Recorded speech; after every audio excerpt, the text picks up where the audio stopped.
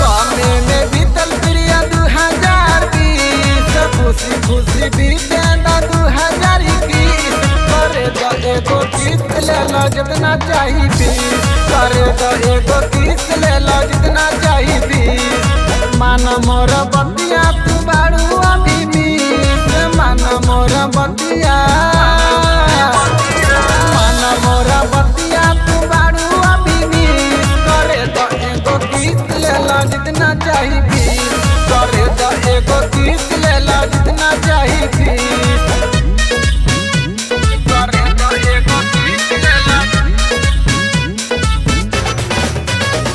करे तो एगो किस्त ले लो जितना चाहिए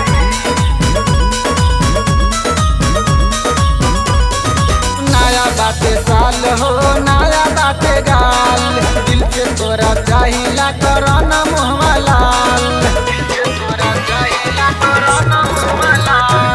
नया बाटे साल हो नया बाटे गाल दिल के तोरा चाहिला करना मुहवा लाल गढ़वा जिला में लगलू एक पीस गढ़वा जिला में गढ़वा जिला में लगलू एक पीस करे तो एगो किस्त ले लो जितना चाहिए बीस करे तो एगो किस्त ले लो जितना चाहिए बीस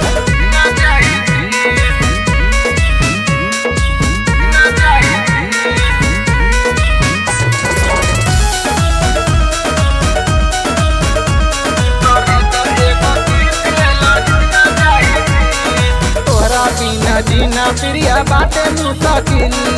का कहे के तना लागल दोसे दिल तोरा बिना जीना प्रिया बाटे मुश्किल का कहे के तना लागल दोसे दिल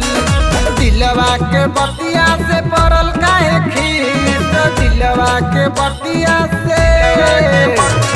दिलवा के बतिया से पड़ल काहे खीस करे तो एगो किस्त ले लो जितना चाहिए बीस करे तो एगो किस्त ले लो जितना चाहिए बीस करे तो एगो किस्त ले लो करे तो एगो किस्त ले लो